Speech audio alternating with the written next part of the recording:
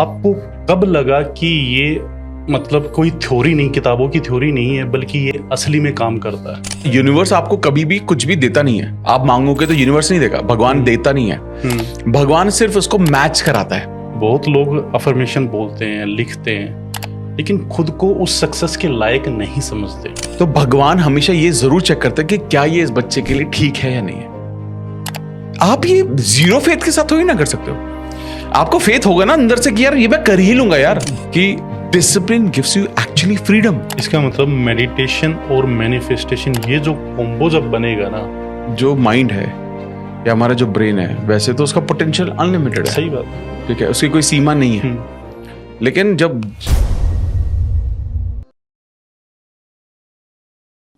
अमित भाई, बहुत बहुत स्वागत है आपका THB पॉडकास्ट में। Thank you sir, thank you so much, it's my privilege. Thank you so much भाई, थैंक यू। कैसे हैं आप? मैं बहुत अच्छा हूँ, मस्त, एकदम बढ़िया। वो दिख ही रहे हैं आप। और आजकल क्या चल रहा है भाई?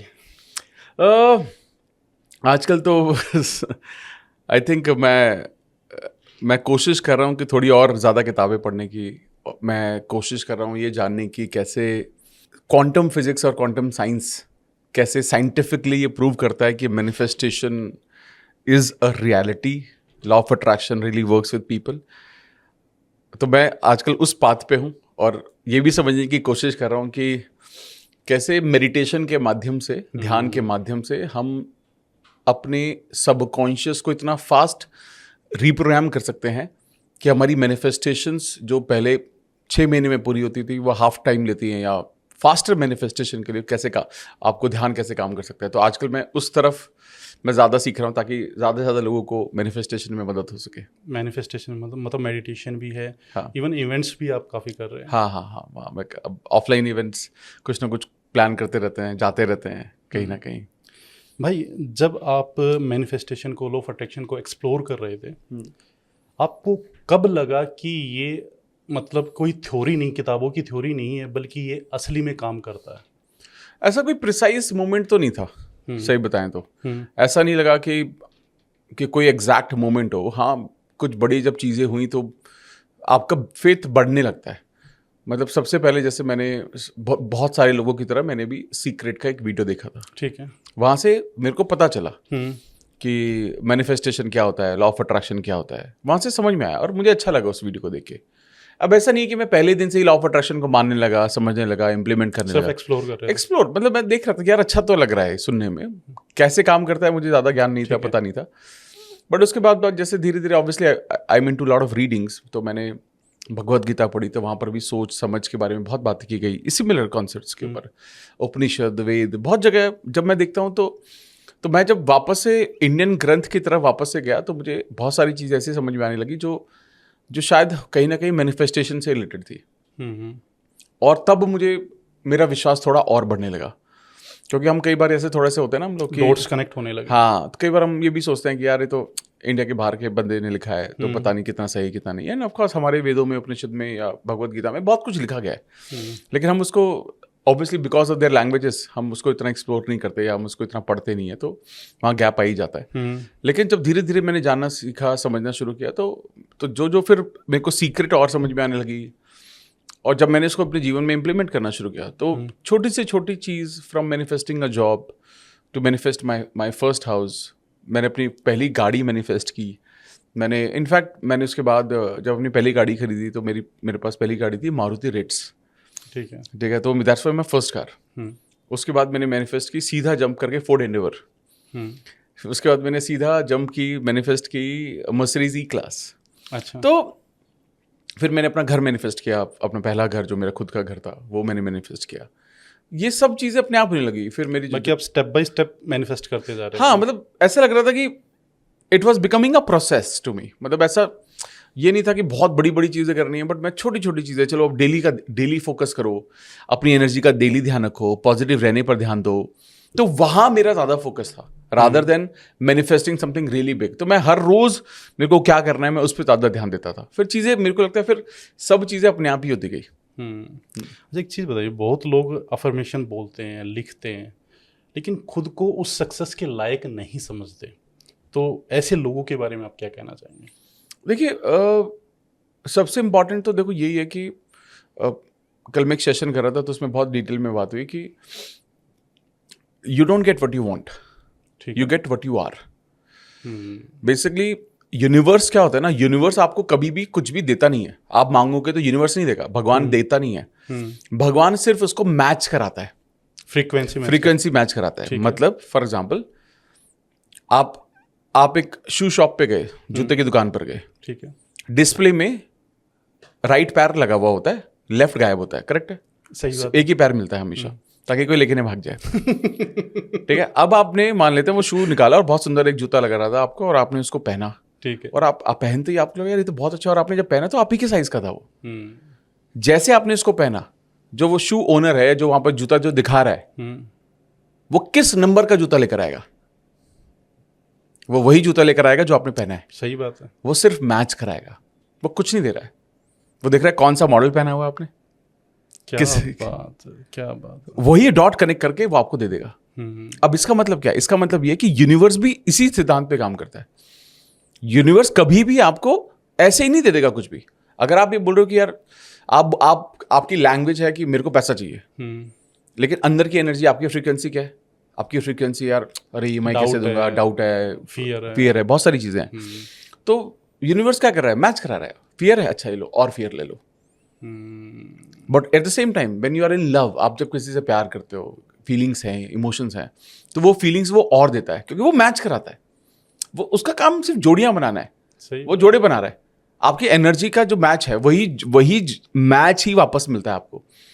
और जब ये कोई भी समझने लगता है, तो वो ये हर किसी को इसलिए कॉन्शियस होने की जरूरत है कि आपकी एनर्जी क्या है, आपकी फ्रीक्वेंसी क्या है, आपके इमोशंस क्या है, आपके भाव क्या चल रहे हैं, आपकी भावनाएं क्या कह रही हैं आपसे। क्योंकि जो वो है वही और मिलने वाला है, और कुछ नहीं है। आप बाकी चाहे आप कितना भी बोलते रहो, फिर नहीं चलेगा वो काम।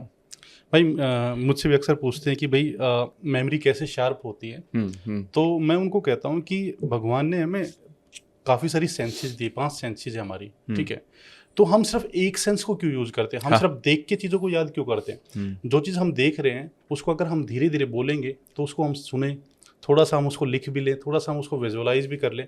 कहने का मतलब क्या, उस इन्फॉर्मेशन को हम इतना स्ट्रेंथन कर दें, हम अपने इनपुट को ब्रेन में इतना स्ट्रांगली डालें तो आउटपुट भी स्ट्रांग आए। मतलब यही कह रहे हैं कि अफर्मेशन सिर्फ बोलने लिखने से कुछ नहीं होगा, आपके अंदर की फीलिंग्स क्या चल रही है, बहुत जरूरी है ना, उन दोनों को मैच कराना बहुत ज्यादा जरूरी है। आप अफर्मेशन लिख लो, लेकिन विद फीलिंग्स लिखो। आप बोल लो, विद फीलिंग्स लिखो, विद फीलिंग्स बोलो। अच्छा। बिना उसके नहीं आएगा। ये कॉम्बिनेशन है या इसमें कुछ और भी फैक्टर है? देखिए क्या होता है, हम हर रोज क्या बोल रहे हैं, हम हर रोज क्या सुन रहे हैं, और हम हर रोज क्या महसूस कर रहे हैं। ये जो तीनों का कॉम्बिनेशन हमें डिसाइड करने में मदद करता है कि हम क्या मैनिफेस्ट करेंगे और क्या नहीं करेंगे। और इनका अलाइनमेंट जरूरी है। मतलब फॉर एग्जाम्पल, आपने भगवान से कहा, भगवान मुझे I want to get a job, ठीक है, मुझे एक बहुत ही अच्छी सी जॉब चाहिए। अब भगवान कहता है चलो यार ठीक है यार, मैं तुम्हें देता हूं। अब भगवान क्या देखेगा? भगवान देखेगा आपकी एनर्जी अलाइंड है या नहीं है। मतलब क्या आप अपने आप को मानते हो कि आप जो 2 लाख रुपए की सैलरी वाली जॉब जो ढूंढ रहे हो, या 2 लाख रुपए मिल जाए, क्या आपकी स्किल उतनी है जो 2 लाख रुपए आपको मिल जाए? अब आप पैसे तो मांग रहे हो। जैसे बहुत सारे लोग होते हैं, सर मुझे तो 10 लाख रुपए महीने की जॉब मिल जाए। मैंने ठीक है, पर चलो मैंने उनसे पूछा, अच्छा 10 लाख रुपए सैलरी किसकी होती है? तो कंपनी के टॉप मैनेजमेंट, सीईओ की होगी, सीएफओ की होगी, ऐसा करके बोलेंगे।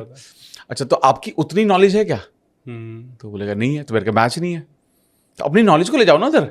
जिस दिन आपको नॉलेज ही तो है, ऐसा थोड़ी ना रॉकेट साइंस है। सही बात है। जैसे आप अपनी नॉलेज को उस लेवल पे ले जाओगे, उस फ्रीक्वेंसी पे लेकर जाओगे, आपका मैच आपको मिल जाएगा अपने आप ही। तो क्या यंगेस्ट ऑफ द सीईओज हमने नहीं देखे? बिल्कुल। Youngest of the CFO, CIO, CTO हमने सब देखे ना। आप हम अपने आप की एनर्जी को उस लेवल पर लेकर जाओ बार बार।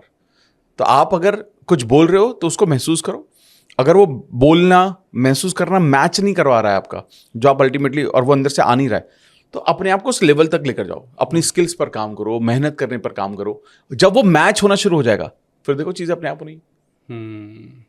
गांधी जी का एक कोट भी है, if I have the believe that I can do it, I shall surely acquire the capacity to do it, even if में, मतलब कुछ इस तरीके का कोट है। तो जब मैंने ये कोट पढ़ा था ना भाई, तो मेरे मन में क्या आया था, मैंने एक बार न्यूज़पेपर में एक रिकॉर्ड देखा था, किसी ने नेशनल रिकॉर्ड बनाया था, ठीक है। तो मेरे मन में भी ये वही था ना, एक विश आई कि यार मुझे भी नेशनल रिकॉर्ड बनाना है, Superb. लेकिन नेशनल रिकॉर्ड बनाऊं कैसे, है ना। तो बार बार जब उस चीज़ पे मैं सोचने लगा तो धीरे धीरे ऐसे वो पर्सन्स मेरी तरफ आने लगे, वो बुक्स आने लगी, वो नॉलेज आने लगी, Correct. और फाइनली वो एक्शन प्लान तैयार हुआ और 6 महीने लगे, 6 महीने लगे और फाइनली मैंने अपना नेशनल रिकॉर्ड बना दिया। यानी कि मैंने उन स्किल्स को, मैं पहले उसके काबिल नहीं था, सिर्फ मैंने सोचा था, लेकिन फीलिंग्स के साथ सोचा और अपने ऊपर डाउट नहीं किया कि भाई ये नहीं हो सकता। मुझे ये था कि आज नहीं तो कल, 6 महीने लगे, 2 साल लगे, 10 साल लगे, लेकिन ये होगा जरूर। इसी से रिलेटेड मेरा अगला सवाल भी है कि पेशेंस का कितना रोल रहता है लॉ ऑफ अट्रैक्शन में, क्योंकि हम डिसाइड तो कर, गोल डिसाइड कर लेते, फिर डेली चेक करते रहते, हुआ नहीं हुआ, हुआ नहीं हुआ, हुआ नहीं हुआ। तो ऐसे लोगों के बारे में आप क्या कहना है? देखिए, पेशेंस का तो रोल इस तरह से हो गया कि जैसे आपने एक बीज लगाया, ठीक है, और उस बीज को लगाने के बाद आप हर रोज उसे खोद के नीचे से देख रहे हो इसमें से कुछ निकला क्या, तो बीज ही खराब हो जाएगा वो। सही बात है। ज्यादातर लोग, परफेक्ट एग्जांपल है ये ज्यादातर लोग ये गलती कर रहे हैं। बेसिकली देखो, अगर आपके अंदर पेशेंस नहीं है, मान लेते हैं आप भगवान से पूजा पाठ करते हैं और कुछ मांगते हैं, सही बात है, आप इम्पेशेंट कब होते हो, आप डेस्परेट कब होते हो? जब आपको कहीं ना कहीं ये डाउट होता है, पता नहीं यार कब मिलेगा, यार पता नहीं मिलेगा भी नहीं मिलेगा। लेकिन अगर आपको विश्वास है कि यार जो मैं मांग रहा हूं मुझे मिलना ही मिला है, आपके अंदर बाय डिफॉल्ट पेशेंस रहेगा। इसका मतलब क्या है कि आप मांगते तो रहे हो, लेकिन आपको कहीं ना कहीं विश्वास नहीं है, आपका फेथ नहीं है। और अगर आपको फेथ नहीं है तो आप मैनिफेस्ट कैसे करोगे? बिल्कुल सही बात है। तो यही लोगों को समझने की जरूरत पड़ेगी कि जब आप पेशेंस रखते हो, ये आपके फेथ को दर्शाता है कि आपको भगवान पर, उस यूनिवर्स पर, अपने आराध्य पर, जिसको भी आप पूछते हो, आपको विश्वास है कि अरे ठीक है ना, थोड़ा ही डिले हो सकता है, थोड़ा ही तो प्लस माइनस होगा, बट मुझे पता है ये मुझे दे ही देंगे, कोई टेंशन ही नहीं है। इट इज लाइक आपको कहीं से 10 लाख रुपए का चेक मिला, ठीक है, और आपने काम किया तो और आप बहुत खुश हो, 10 लाख रुपए आ गए यार। अब जब आप 10 लाख रुपए बैंक में डिपॉजिट करने के लिए जाते हो तो आप कैसा महसूस करते हो? अच्छा में लग रहा होगा ना। आप वहां पर ये तो नहीं सोच रहे होगे, पता नहीं यार ये आएगा या नहीं आएगा, ये इनकैश होगा नहीं होगा, बाउंस तो नहीं हो जाएगा, ये नहीं सोच रहे होगे। 1% भी नहीं। आप जब कैशियर को चेक लिख कर दे रहे होगे तो आप उसको बस पूछोगे, सर ये कितने दिन में हो जाता है? ये तो सर 3 दिन 5 दिन, क्योंकि ज्यादा अमाउंट है, 3-4 दिन 5 दिन में हो जाता है, क्लियर, कोई दिक्कत नहीं है। आप घर आते आते क्या सोच रहे होगे? ये नहीं सोच रहे होगे हे भगवान पता नहीं वो 4 दिन में आएगा, 5 दिन में आएगा, 6, ये नहीं सोच रहे होगे। आप ये सोच रहे होगे कि मैं इसका करूंगा क्या, लोगों की पेमेंट कर दूंगा, एक गाड़ी बुक कर लूंगा, घर के लिए ये सामान ले आऊंगा, फैमिली को घुमाने ले जाऊंगा, ये जरूरतें पूरी हो जाएंगी, वहां वो जाएगा। आप 10 चीजें प्लानिंग कर रहे होगे on the basis of faith. ये फेथ बहुत जरूरी है। तो अगर किसी के अंदर पेशेंस नहीं है तो मतलब सिंपल है, उसके अंदर फेथ की कमी है, और फेथ की कमी मतलब मैनिफेस्टेशन ब्लॉक। मेरे बहुत सारे दोस्त हैं जो जॉब वगैरह में, तो आप मुझसे कहते हैं, मैं भी कहता हूँ कि भाई अगर सक्सेस है ना एक समय लेती है, तो मुझे कहते हैं यार मेरी एज जैसे 35 है तो 34 वर्ल्ड रिकॉर्ड्स हैं। बोला यार आपने बड़ी जल्दी जल्दी रिकॉर्ड्स बना लिए। मैं नहीं, जल्दी नहीं बनाए, 14 साल हो गए। करेक्ट, 14 साल हो गए। मेरा पहला नेशनल रिकॉर्ड 2012 में बना था। उसके बाद किसी साल मैंने 1 बनाए, कभी मैंने 4 भी बनाए, 5 भी। वो एक्सपीरियंस होता गया, वो कंपाउंड होता गया। और ये क्यों भूल जाते हो कि मैंने 1 साल को 10 साल जैसा जिया है, 1 साल में 10 साल जैसी मेहनत की है। तो पेशेंस रखा है और वो स्टेप बाय स्टेप ही हुआ है। करेक्ट भाई आप कहते हैं कि मैनिफेस्टेशन सबके लिए काम करता है, लेकिन कुछ लूप होल्स भी होते हैं। हाँ, बिगेस्ट लूप होल्स क्या है? Biggest of the loop hole एक तो यही है कि सब चीज़ें फटाफट हो जाए, पेशेंस की कमी। लोगों को ये लगता है कि यार अब मुझे सीक्रेट तो समझ में आ गया, अब मुझे लॉ ऑफ अट्रैक्शन तो समझ में आ गया कि यार हाँ लॉ ऑफ अट्रैक्शन है, ये काम तो डेफिनेटली कर रहा है, लोगों को ये तो समझ में आ जाता है। लेकिन उसके बाद ना लोग डेस्परेट हो जाते हैं। अब डेस्परेशन एक पॉजिटिव फीलिंग तो नहीं है, सही बात है, और एक नेगेटिव फीलिंग के साथ आप अपने जीवन में कुछ भी पॉजिटिव कैसे मैनिफेस्ट कर सकते हो ही नहीं सकता। तो अगर आप पॉजिटिव मैनिफेस्ट करना चाहते हो तो आपके अंदर पॉजिटिव फीलिंग होनी चाहिए। सही बात। तो पहला है लोग डेस्परेट होते हैं। लोग जब कोई भी अफर्मेशन टेक्निक पूछते हैं, बहुत सी टेक्निक्स होते हैं, तरीके जिससे आप कर सकते हो, तो लोग बोलते हैं यार ये करना कितने दिन पड़ेगा। अब जो ये सोचे करना कितने दिन पड़ेगा, तो फिर क्या ही प्यार है आपका, सही बात फिर क्या ही आपके सपने, अरे ये बोलो ना, जब तक होगा नहीं तब तक करूंगा मैं। वो जब तक, वही कौन सा वो मांझी का डायलॉग, जब तक टूटेगा नहीं, जब तक तोड़ेंगे नहीं तब तक छोड़ेंगे नहीं। सिंपल। तो यही होना 22 चाहिए। साल लगे। हाँ, तो कर लिया ना उन्होंने सोचा होता कि 22 साल लग जाएंगे तो होता क्या, वो कभी नहीं होता, कभी नहीं होता। बट वो लगे रहे, दुनिया जानती है उनको, ठीक है। बट अल्टीमेटली अगर आपको ये लगता है कि मैं डेस्परेट हूं, तो गड़बड़ है। दूसरी चीज क्या है कि आप ना फ्री विल पे काम नहीं करते लोग। मतलब फ्री विल मतलब जब हम मैनिफेस्टेशन को मानते हैं, हम ये समझने लगते हैं कि भाई मैं ही भगवान हूं, अब तो मैं कुछ भी मैनिफेस्ट कर लूंगा, which is fine, of course you can manifest anything with manifestation, ये तो सच है, ये इसमें कोई डिनायल नहीं है, ठीक है। लेकिन इससे भी जरूरी चीज क्या है? इससे भी जरूरी चीज है हर किसी का ये समझना कि आप जब कुछ भी मांगते हो भगवान से, तो भगवान हमेशा ये जरूर चेक करता है कि क्या ये इस बच्चे के लिए ठीक है या नहीं है। वो आगे तक का सोचता है। फॉर एग्जाम्पल, आपने कहा कि मुझे एक जॉब चाहिए, ठीक है, मुझे जॉब शिफ्ट करनी है। तो आपने उस पर्सन ने कहा, तो उस पर्सन ने एक जगह इंटरव्यू दिया, आपने मैनिफेस्ट किया कि मुझे 2 लाख रुपए पर मंथ की सैलरी चाहिए, ठीक है। उस जॉब में 2 लाख रुपए की सैलरी भी मिल रही है। अब आप बड़े खुश हो, इंटरव्यू गया, अच्छा इंटरव्यू गया, एंड जब HR ने बोला we will get back to you, अब आप क्या कर रहे हो? अब आप वेट में ही लगे हो। आपने अपने एग्जिस्टिंग ऑफिस में बोल भी दिया कि शायद सर मैं ज़्यादा दिन रुकूंगा नहीं यहाँ पे, क्योंकि आपको लग रहा है मेरा यहाँ तो हो ही जाएगा, लेकिन आपको वहाँ से रिजल्ट ही नहीं मिल रहा है, वहाँ से फाइनल कॉल आ ही नहीं रहा है, ऑफर लेटर आ ही नहीं रहा है।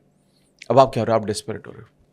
3 दिन बाद आप उनके HR को कॉल करते हो, सर मैंने इंटरव्यू दिया था, आपने मेरे को बताया नहीं। अब ये बात तो ऑब्वियस ही है ना, आपको नहीं बताया गया है तो मतलब आपका नहीं हुआ है ना। लेकिन वो बंदा डेस्परेट है, अब वेट कर रहा है, तो HR क्या बोलेगा? सर अभी हमारा प्रोसेस ना थोड़ा होल्ड पर है, हम आपको बताएंगे। अब आप क्या सोचते हो कि नहीं यार, ये तो मेरे को मिलना ही चाहिए, मिलनी ही चाहिए, यही तो मैं चाह रहा था। लेकिन आप क्या पता यूनिवर्स ये सोच रहा हो कि इसको काम तो, जॉब तो दे रहा हूँ, पैसे भी दे रहा हूँ, बट क्या पता वहाँ का वर्क कल्चर ठीक ना हो। वो किसी तरीके से आपको होल्ड करने की कोशिश कर रहा है कि वहाँ नहीं मिले, कुछ और बेटर मिले आपको। लेकिन हम क्या करते हैं? हम छोड़ते हैं उस चीज़ को, हम इग्नोर करने, अरे देख लेंगे ना बाद में। और इंसान, कितने लोग देखे मैंने जो 1-1 महीना जॉब करते हैं फिर छोड़ देते हैं नई जॉब से, क्योंकि उनको वहाँ का कल्चर समझ में नहीं आता, प्रेशर बहुत ज़्यादा होता है। तो आप भरोसा कर रहे हो तो पूरा करो ना। अगर if anything is getting delayed, think it's a God's will. सही बात, ये भगवान की मर्जी है भाई। और अगर ये भगवान की मर्जी, तो फिर भगवान ने अगर ये रोका है तो कुछ अच्छा देने के लिए ही रोका होगा ना, आपके लिए रोका होगा। और यही बात स्टीव जॉब्स भी कहते थे, और मैं पीछे मुड़ के जब अपनी लाइफ में देखता हूँ यही हुआ है। 12th क्लास में 2 बार फेलियर का टैग लगा, 2 साल 12वीं क्लास में। मतलब लाइफ ऐसी हो गई थी कि यार मेरे से बड़ा फेलियर कोई नहीं है, इधर से फैमिली उधर से रिलेटिव, मतलब सब कुछ नेगेटिव चल रहा था। और मैं ऐसा सोचता था कि मेरे साथ ही क्यों हुआ। लेकिन अब मैं पीछे मुड़ के देखता हूँ ना कि अच्छा हुआ मैं 2 बार फेल हुआ, अगर नहीं होता तो शायद मैं आज यहाँ नहीं होता। दूसरी चीज़, मैं सिविल सर्विसेज की तैयारी में चला गया था भाई। तो सिविल सर्विसेज की तैयारी कैसे करूँ, बहुत बड़ा सिलेबस होता है, अब उसको याद कैसे करूँ। तो याद करने की प्रोसेस में मैं ऐसी बुक्स के संपर्क में आया कि याद करते कैसे हैं। बाद में वो सिविल सर्विसेज छूट गया, और इसी चीज़ में तो मुझे ऐसा लगता था यार मैं कहीं, मेरा माइंड डाइवर्ट तो नहीं हो रहा, कहीं मैं मतलब आगे जाके कोई स्कोप भी नहीं दिख रहा था। लेकिन अब पीछे मुड़ के देखता हूँ, क्योंकि अब हमारे पास में अनलिमिटेड अपॉर्चुनिटी है, पता नहीं हम कहाँ जा सकते हैं। अगर मैं सिविल सर्वेंट बन जाता तो मेरे पापा कहते भी थे कि भाई एक बार बन जा, उसके बाद छोड़ देना, और बनने के बाद नहीं छोड़ेंगे, है ना। इतनी मेहनत करने के बाद में अगर मैं IAS बना हूँ तो फिर तो मैं वो करूँगा। हाँ, छोड़ना तो अभी छोड़ेंगे, दूसरी चीज़ के लिए मेहनत करेंगे। करेक्ट। तो भगवान जो करता है या जो होता है वो अच्छे के लिए होता है। भाई आपने बहुत बड़े बड़े गोल्स अचीव किए हैं, बहुत बड़े बड़े। तो मैं आपसे आपकी जुबानी जानना चाहता हूँ गोल सेटिंग के बारे में। वो साइंटिफिक गोल सेटिंग कैसे होती है और कैसे उसको अचीव करते हैं, आपने कैसे किया? देखिए, सबसे पहले जब हम गोल सेटिंग के बारे में बात करते हैं या समझने की कोशिश करते हैं, तो गोल सेटिंग का क्लियर, गोल सेटिंग आज के टाइम में हर कोई कर रहा है। सही बात है, ठीक है। मतलब एक तरह से सपने तो हर कोई देख रहा है, चाहे वो खुली आंखों से देख रहा हो, दिन भर देख रहा हो, हर कोई, रादर में ही कहूँगा विश सबकी है। सही बात। जैसे कि अगर मैं प्रधानमंत्री बन जाऊं ना तो देखो मैं क्या करता हूँ। काश मैं अपने सोसाइटी का प्रेसिडेंट बन जाऊं। तो बेसिकली लोगों के काश बहुत सारे हैं। काश में और सपनों में जो एक सबसे बड़ा जो डिफरेंस है वो है एनर्जी का। ठीक है। ठीक है। अब क्या होता है, जब मैंने अपनी गोल सेटिंग की तो जब आप मैनिफेस्टेशन जान लेते हो तो आप छोटे मोटे गोल तो बनाते नहीं हो। आप तो ये सोचते हो अब तो मैं अम्बानी बनूंगा, अमीर थोड़ी ना बनना है मुझे, अब तो मैं अम्बानी बनूंगा। हाँ, ठीक है। तो सबसे बड़ी गलती एक तो गोल सेटिंग में मेरे को लगता है लोग ये ज़्यादा करते हैं। जब उन्हें मैनिफेस्टेशन, लॉ ऑफ अट्रैक्शन के बारे में पता चलता है, मैं आपको दिखाता हूँ कि मेरे को कल ही एक मैसेज आया। तो मुझे कल एक मैसेज आया, आप पढ़िए इसको। हाय अमित जी, मैं कॉस्मेटिक बिजनेस चलाता हूँ और पिछले साल तक टर्नओवर 7 करोड़ था। ग्रोथ स्लो थी और मुझे लगता था कि शायद इसी पेस पर चलता रहेगा, लेकिन जब से मैंने आपका मनी सेशन को प्रैक्टिस करना शुरू किया, एकदम मिराकल जैसा हुआ। सिर्फ एक फाइनेंशियल ईयर में मेरा बिजनेस 7 करोड़ से सीधा 20 करोड़ तक पहुंच गया। Almost 3x growth.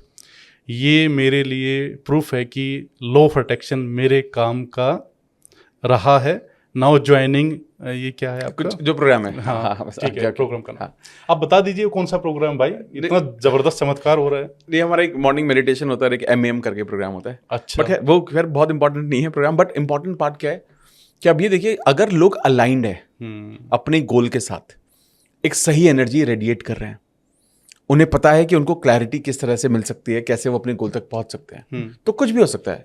इसी में एक ऊपर एक और मैसेज है, मैं आपको पढ़ता हूँ, पढ़ के दिखाता हूँ। उसमें किसी ने बोला कि कल का ही मैसेज है मेरे को। I receive around similar kind of 40 to 45 messages every day. Every day 40 से 45 मैसेजेस हमें डेली बेसिस पर आते हैं। मैं आपके इंस्टाग्राम पे भी वो टेस्टिमोनियल्स, फीडबैक्स वगैरह देखता हूँ। हाँ, ये उसी का पार्ट है। जी। यहाँ मैं देखो, अब इसमें किसी ने मेरे को लिखा, मैं अभी तक शॉक में हूं। मेरा एक प्रॉपर्टी केस था जो 10 साल से अटका हुआ था, वैल्यू थी 22 करोड़ की। हर बार कोर्ट डेट पे बस डिले होता था, सॉल्यूशन नजर नहीं आ रहा था। एक सेशन के बाद जब मैंने अपना विजन बोर्ड बनाया, तो विजन बोर्ड बहुत जरूरी है जब गोल सेटिंग करते हैं, तो ठीक है, मैंने उस पर क्लियर लिखा, thank you God for the money received for the farm house. साथ में अमित जी आपकी फोटो और उस विजन बोर्ड पे मेरी फोटो लगा दी उसने। एंड विजुअलाइज किया कि सब ऑलरेडी सॉल्व हो चुका है, सिर्फ 7 दिन के अंदर मिरेकल हुआ, केस सेटल हो गया, पेपर वर्क हो गया, और जो 10 साल से स्टक था वो बस 1 हफ्ते में क्लियर हुआ। और बाकी जो हमारे प्रोग्राम है, ये देखिए, ये प्रॉपर्टी की उसने फोटो भी भेजी। क्या बात है, क्या बात। तो बेसिकली ये सारी चीजें ना, ये सब हमारे ना, ये सब ना मेंटल है। अगर मेरे को पता है कि मेरे को अपने जीवन में क्या अचीव करना है और मैं बिल्कुल क्लियर हूं, आपको बस ये समझना होता है कि मेरा इसमें किसी भी चीज को लेकर ब्लॉक तो नहीं है। ठीक है। जैसे कि फॉर एग्जांपल, अगर कोई भी ये कहता है कि मेरे को ना पैसे मैनिफेस्ट करने हैं, तो आप ये समझने की कोशिश करो कि पैसे को लेकर आपके मन में किसी तरह का डाउट तो नहीं है। आपको ये तो नहीं लगता है पता नहीं मैं पैसे कमा पाऊंगा नहीं कमा पाऊंगा, मैं तो इतनी पढ़ाई भी नहीं की, मैं तो इतना मेहनती भी नहीं हूँ, ठीक है, मेरी तो किस्मत भी इतनी अच्छी नहीं है, भगवान तो मतलब मेरे को रुला के मेरे को सक्सेस देता है, मेरे को तो बहुत ही घिसना पड़ता है लाइफ में। ये बिलीफ्स हैं लोगों के।